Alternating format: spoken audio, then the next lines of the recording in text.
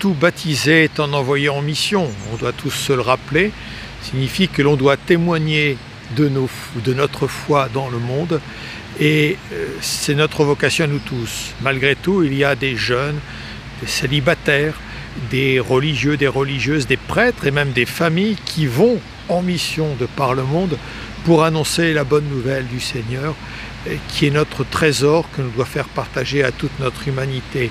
C'est la raison pour laquelle on a une semaine de prière pour ces personnes-là, mais aussi une semaine de solidarité, puisque la mission, ça ne se fait pas sans moyens. Nous avons organisé pour cette semaine plusieurs événements.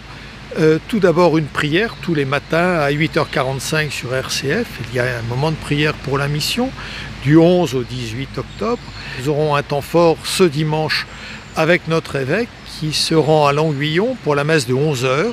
Il est invité par les prêtres fidei donum et communautés locales pour fêter la mission et pour rendre visible, entre autres, ce don que font les prêtres fidei donum en venant dans notre diocèse pour animer notre vie de chrétien.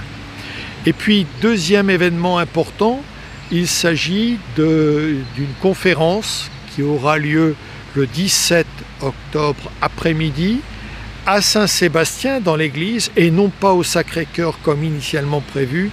On a dû changer au dernier moment pour cause de Covid, donc bien à Saint-Sébastien 14h. Et cette conférence sera donnée par deux prêtres. Le prêtre Michel Sebald qui a passé quelques mois dans le diocèse d'Oran et qui nous racontera son expérience au contact de chrétiens très minoritaires en pays arabes. Et puis une conférence sur les chrétiens en Inde par le père Raj qui est à Bacara. Et cette conférence aussi est très intéressante, même si les chrétiens représentent un faible pourcentage en Inde. Ils représentent plusieurs dizaines de millions de personnes et ils sont en situation très opprimée actuellement.